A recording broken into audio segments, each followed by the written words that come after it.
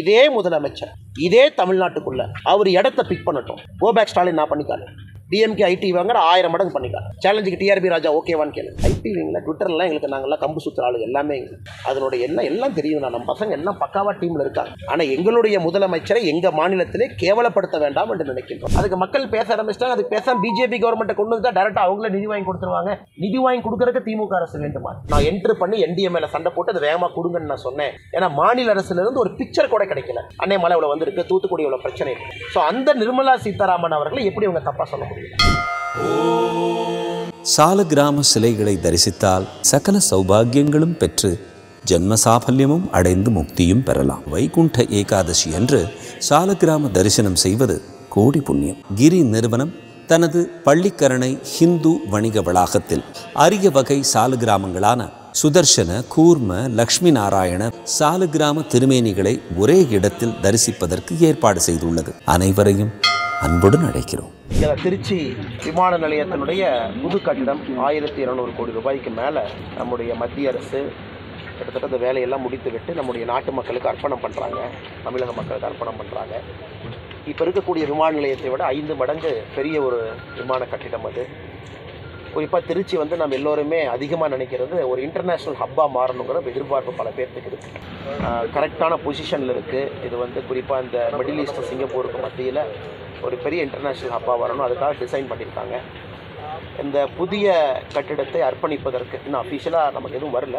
அர்ப்பணிப்பதற்கு ஜனவரி 2ஆம் தேதி பிரதமர் அவர்கள் வருவதற்கு வாய்ப்பு இருக்குது. அவங்க அஃபிஷியலாக சொன்னால் தான் நம்ம அஃபிஷியலாக சொல்ல முடியும்னா அதற்கான வேலைகள்லாம் நடந்துக்கிட்டு இருக்கு.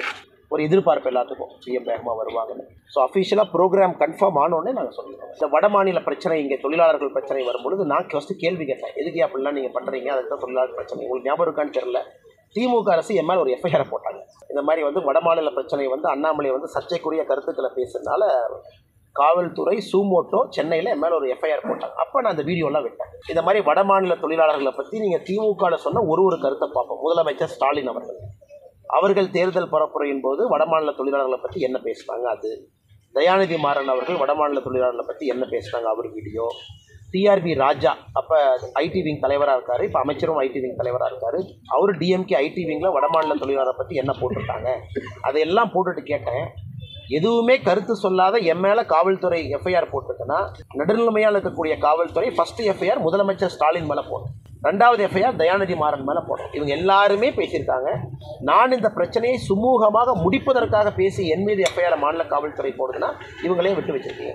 அந்த வீடியோ மறுபடியும் இப்போ 8 மாதம் கழித்து மறுபடியும் இப்போ வெளியே வந்திருக்கு. ஒரு இஷ்யூவோட க்ளோஷர் மன்னிப்பு எப்போவுமே இல்லை. நான் தெரியாமல் சொல்லிட்டேன், அல்லது நான் உண்மையாலுமே உள்நோக்கத்தோடு சொல்லலை, அல்லது எனக்கு அந்த மாதிரி எண்ணம் இல்லை அப்படின்னு தயாநிதி மாறன் அவங்க சொல்கிறாங்க அப்படின்னா இது நிச்சயமாக எண்ட் ஆயிரும். இது ஏன் திரும்ப இந்த வீடியோ அதிகமாக இருக்குன்னா, இந்த இந்தி கூட்டணி நிதிஷ்குமார் அவர்கள் அந்த மீட்டிங்கில் திராவிட முன்னேற்ற கழகத்தினுடைய தலைவர் ஸ்டாலின் அவர்களும் திராவிட முன்னேற்ற கழகத்தினுடைய மூத்த உறுப்பினராக இருக்கக்கூடிய டிஆர் பாலு அவர்கள் அந்த மீட்டிங்கில் இருந்த பொழுது நிதிஷ்குமார் அவர்கள் தாம் ஹிந்தியில் பேசுகிறத தமிழ் மொழிபெயர்ப்புக்கும் ஆங்கில மொழிபெயர்ப்புக்கும் அனுமதிக்கிறார். ஸோ அந்த சர்ச்சை தான் தொடர்ந்து இப்போ ஒருத்தராக எடுத்தெடுத்து போடுறாங்க. இதற்கு இப்போ பீகாரில் இருக்கக்கூடிய கூட்டணி தலைவர்களை தேஜஸ்வி யாதவ் உட்பட யூபியில் இருக்கக்கூடிய அவர்களுடைய கூட்டணி தலைவர்கள் சமாஜ்வாடி கட்சியில் இருக்கக்கூடிய தலைவர்கள் எல்லாருமே கருத்து சொல்ல ஆரம்பிச்சிருக்கிறாங்க. அதற்கு இன்னைக்கு திமுக தரப்பில் என்ன சொல்கிறாங்கன்னா, இல்லை இது பழைய வீடியோ, இப்போதுக்கு அதை பற்றி பேசுகிறீங்க. பழைய வீடியோவோ புது வீடியோவோ இது நீங்கள் ஆட்சிக்கு வந்த பிறகு வடமாநில தொழிலாளர்கள் மீதும் வட மாநிலத்தை பற்றியும் உங்களுடைய கருத்தை மக்கள் இப்போ இந்தியா முழுவதும் பார்க்குறாங்க. பிரச்சனையை நாங்கள் உருவாக்கலீங்கன்னா இந்தி கூட்டணியில் நீங்கள் சேர்ந்த பிறகு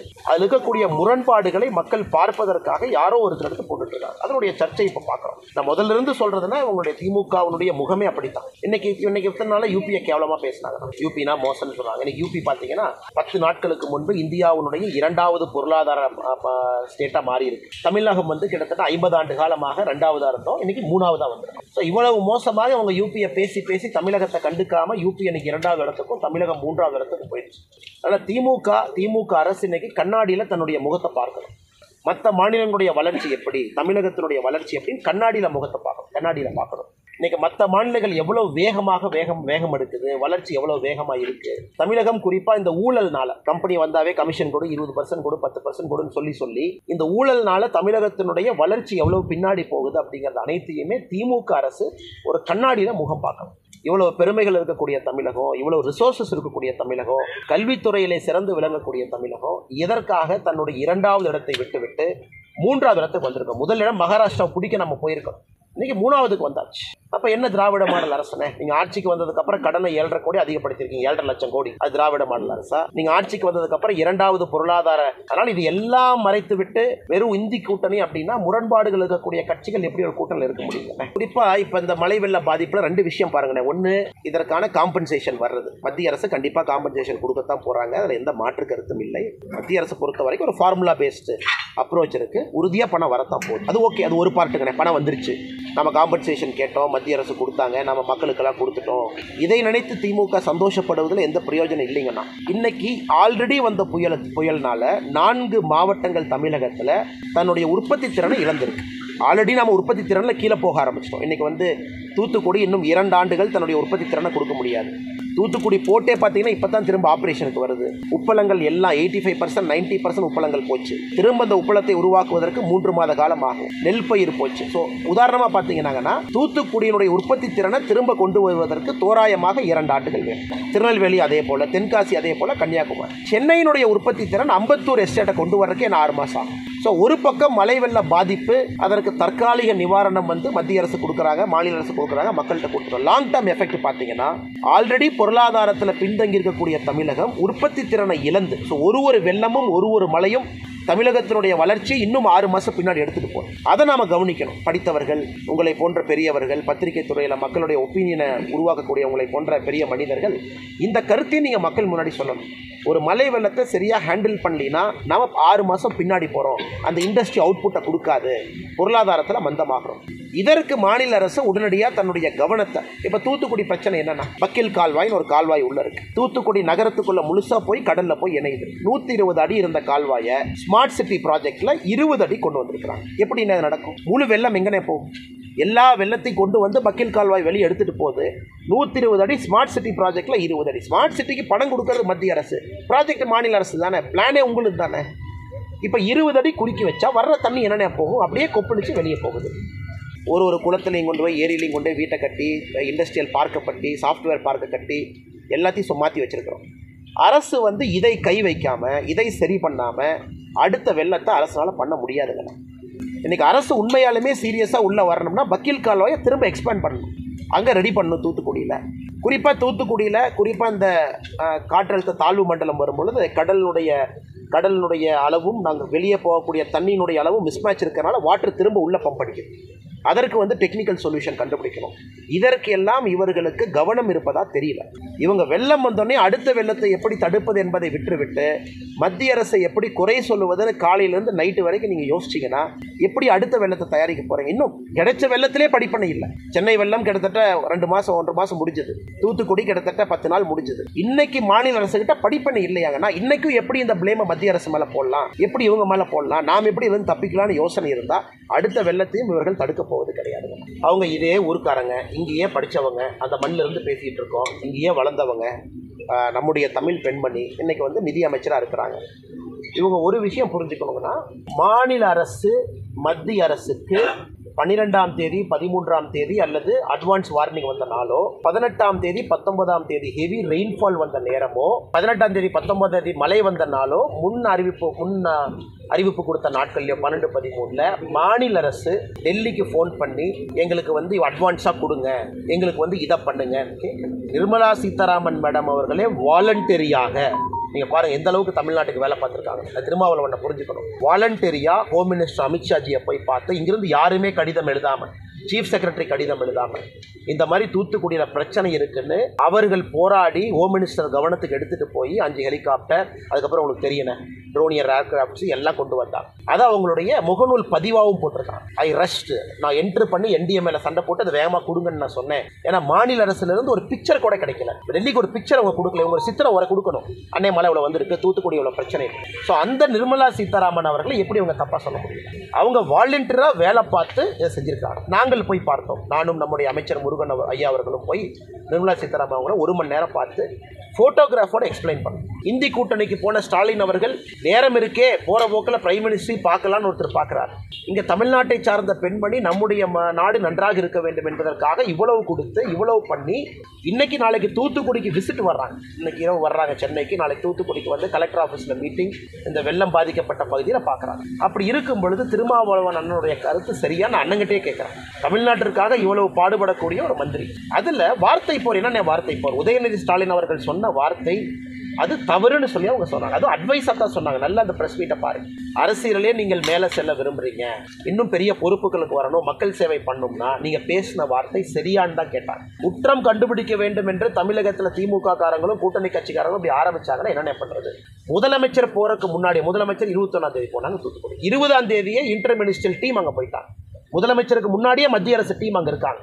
ஸோ அதனால் எந்த ஆதாரத்தில் வந்து திமுக காரங்க பேசுகிறாங்கன்னா, பிஜேபி ஆளுகின்ற மாநிலங்களுக்கு மத்திய அரசு வந்த பிறகு புயலுக்கு எவ்வளோ கொடுத்துருக்கோம், பிஜேபி ஆளாத மாநிலங்களுக்கு மத்திய அரசு வந்த பிறகு எவ்வளோ கொடுத்துருக்கோம், அந்த டேட்டாவை நீங்கள் கம்பேர் பண்ணால் தெரிஞ்சிடும் எவ்வளோ கொடுத்துருக்கோம்.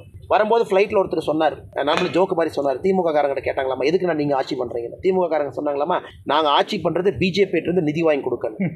அதுக்கு அவர் சொன்னார், அவ எதுக்கு நான் நிதி வாங்கி கொடுக்கணும், நீங்களே டேரெக்டாக நிதி வாங்கி கொடுத்துருங்க, பிஜேபி ஆட்சிக்கு வந்துடுங்க. இப்போ தமிழக மக்கள் அதான் பேசுகிறாங்க. திமுக காரங்க சொல்கிறது எல்லாமே நாங்கள் எங்களால தான் பிஜேபி நிதி கொடுக்குதுன்னா அதுக்கு மக்கள் பேச ஆரம்பிச்சிட்டாங்க. அதுக்கு பேசாமல் பிஜேபி கவர்மெண்ட்டை கொண்டு வந்து தான் டேரெக்டாக அவங்களே நிதி வாங்கி கொடுத்துருவாங்க. நிதி வாங்கி கொடுக்கறதுக்கு திமுக அரசு வேண்டுமா? அதனால் இவர்களுடைய ஆர்கியூமெண்ட்டை மக்கள் பார்த்து சிரித்து கொண்டிருக்கின்றார். இன்னுமே வேகம் காட்டாம, பாய்ச்சல் காட்டாம, தத்தளிக்கக்கூடிய மக்களுக்கு ஆறுதலாக இல்லாமல் இவர்கள் செய்வது அனைத்துமே மத்திய அரசின் மீது பழி சுமத்தி தேவையில்லாத வாய்ச்சண்டைக்கும் பம்பு சண்டைக்கும் இருக்கும். ஒரு சிச்சுவேஷனை அசஸ் பண்ணுறது, அதை பொறுத்து பிரதமர் முடிவெடுக்கிறார். பிரதமர் சில இடத்துக்கு போகிறாங்க, சில இடத்துக்கு தன்னுடைய ஆட்களை அனுப்பி அங்கிருந்து ஃபீட்பேக் எடுத்துக்கிறாங்க. உதாரணத்துக்கு சென்னையை பொறுத்தவரை ராஜ்நாத் சிங்ஜி அவர்கள் பாஜகவிலேயே மூத்த தலைவர், முன்னாள் தேசிய தலைவராக இருந்தாங்க, டிஃபென்ஸு, ஹோம் அஃபேர்ஸ் எல்லா பொறுப்புலையும் இருந்துக்கிட்டு இருக்காங்க. அது போன்ற மூத்த தலைவரை 24 மணி நேரத்தில் இங்கே அனுப்பி பார்க்குறாங்க. இன்னைக்கு நிதி வெளியிடக்கூடிய பொறுப்பில் இருக்கக்கூடிய நிர்மலா சீதாராமன் அவர்கள் இங்கே தான் நம்ம சுற்றி வந்தாலும் ஃபைனலாக நிதி வெளியிடக்கூடிய பொறுப்பு நிதி அமைச்சருக்கு இருக்குது. இன்றைக்கி நிர்மலா சீதாராமன் மேடம் அனுப்பி வைக்கிறாங்க. நம்முடைய முதலமைச்சர் டைம் கேட்ட உடனே நைட்டு 10:30 மணிக்கு டைம் கொடுக்குறாங்க. 10:30 மணிக்கு ஒரு பிரதமர் முதலமைச்சருக்கு டைம் கொடுக்குறாங்க, ஃபோனில் பேசுகிறாங்க. அதனால் பிரதமரை பொறுத்தவரை அவர் என்ன வேலை செய்ய வேண்டுமோ அந்த வேலையை செய்கிறாரு. பிரதமர் வந்து என்ன வேலையை செய்யணுமோ கம்ப்ளீட்டாக எடுத்துக்கிறாரு. பிரைம் மினிஸ்டர் ஆஃபீஸில் நேற்று கோஆர்டினேஷன் மீட்டிங் நடந்திருக்கு. முன்தினம் தமிழகத்திலிருந்து அதிகாரிகள் அதை அட்டன் பண்ணியிருக்கிறாங்க. இதை விட ஒரு பிரதமர் என்ன செய்ய முடியுங்கன்னா, நீங்கள் பாருங்கள், வணக்கம் மோடிங்கிறது எவ்வளோ ட்ரெண்ட் ஆகும்னா, இந்த கோ பேக் மோடின்னு என்ன போடுறாங்களோ அதை விட 250 டைம் ஆகும். நீங்கள் குறித்து வச்சுக்கோங்க. அதுதான் எல்லா டைம் பண்ணுறோம். 16 லட்சம் 14 லட்சம் பேர் வணக்கம் மோடிமாங்க. டிஎம்கேனுடைய ஐடி விங்கு, அன்னைக்கு இருந்த எதிர்க்கட்சி தலைவர் ஸ்டாலின் அவருடைய ஐடியில், கனிமொழி கருணாநிதி அவங்க ஐடியில், இந்தியாவில் யாருமே பண்ணாத கேவலமான அரசியல் அவங்களாம் பண்ண ஆரம்பித்தாங்க. இன்றைக்கி இதே பிஜேபிக்காரங்க முதலமைச்சர் அவர்கள் சென்னை விட்டு எங்கே போய் வெளியே போனாலும் கோபேக் ஸ்டாலின் ட்ரெண்ட் பண்ண தெரியும். இந்த முதலமைச்சர் அவருடைய சொந்த மாநிலத்தில், அவர் முதலமைச்சராக இருக்கக்கூடிய மாநிலத்தில் எந்த ஊருக்கு போனாலும் கோபேக் ஸ்டாலின் நாங்கள் பண்ணுவோம். பொறுப்புக்கு மரியாதை கொடுக்குறோம், அவ்வளோ. அவர் தூத்துக்குடிக்கு போனாலும் டிஎம்கே காரங்களோட 10 மடங்கு எங்களுக்கு இருக்கும். கோயம்புத்தூருக்கு வந்தாலும் கோபேக் ஸ்டாலின் இருக்குது. சென்னையிலேயே கோபேக் ஸ்டாலின் எங்களுக்கு பண்ண தெரியும், பண்ண போகிறது. ஏன்னா அந்த கட்சி ஒரு மாண்பு இருக்கக்கூடிய டிக்னிஃபைடு பொலிட்டிக்கல் பார்ட்டி. முதலமைச்சருக்கு மரியாதை கொடுப்பது அந்த சேருக்கு. அதனால் பிரதமர் வரும்பொழுது வணக்கம் முடியும்னு எங்கள் பசங்க ஆரம்பிக்கல, யாரையும் ஆரம்பிக்க வேண்டாம்னு சொல்லியிருக்கேன். இப்போதைக்கு வேறு வேலையை பாருங்கப்பா. டிஎம்கே ஐடி விங்கில் என்ன பண்ணுறாங்களோ வேலையெல்லாம் பண்ணிகிட்டு இருக்காங்க. நீங்கள் எந்த வேலையும் செய்யக்கூடாது, பண்ணுறவும் பண்ணணும். நம்மளுடைய ரியாக்ஷன் எல்லாமே பிரதமர் தமிழகத்திற்கு வர்றாங்கன்னா தமிழக மக்கள் வணக்கம் மோடின்னு சொல்லணும். ஆனால் இதே நான் சேலஞ்சாக சொல்கிறேன். ஒருவேளை டிஎம்கே ஐடிவே எங்கிட்ட சேலஞ்சு வரட்டும், டிஆர்பி ராஜா எங்கிட்ட சேலஞ்ச் பண்ணட்டும். இதே முதலமைச்சர் இதே தமிழ்நாட்டுக்குள்ளே அவர் இடத்த பிக் பண்ணட்டும். கோபேக் ஸ்டாலின் நான் பண்ணிக்காரு, டிஎம்கே ஐடி வாங்குற 1000 மடங்கு பண்ணிக்காரு. சேலஞ்சுக்கு டிஆர்பி ராஜா ஓகேவான்னு கேளுங்க. அதனால் எங்களுடைய முதலமைச்சரை எங்கள் மாநிலத்தில் அசிங்கப்படுத்த நாங்கள் விரும்பலை. நான் சேலஞ்சாகவே சொல்கிறேன். ஓப்பனாக டிஆர்பி ராஜாவை கேளுங்க. ஐடி விங்கில் ட்விட்டர்லாம் எங்களுக்கு நாங்கள்லாம் கம்பு சுற்றுற ஆளு எல்லாமே. அதனால் ட்விட்டரை பற்றி டிஎம்கே காரன் எங்களுக்கு பாடம் எடுத்து வேண்டாம். அது எப்படி, அது பாட் எப்படி வேலை செய்யும், சர்வர் ஸ்பேஸ் என்ன, அதனுடைய என்ன எல்லாம் தெரியும். நம்ம பசங்க எல்லாம் பக்காவாக டீமில் இருக்காங்க. ஆனால் எங்களுடைய முதலமைச்சரை எங்கள் மாநிலத்திலே கேவலப்படுத்த வேண்டாம் என்று நினைக்கின்றோம். அதை டிஎம்கே ஐடி விங் எவ்வளோ வேகமாக புரிஞ்சுக்கிறாங்களோ அவ்வளோ வேகமாக நல்லது.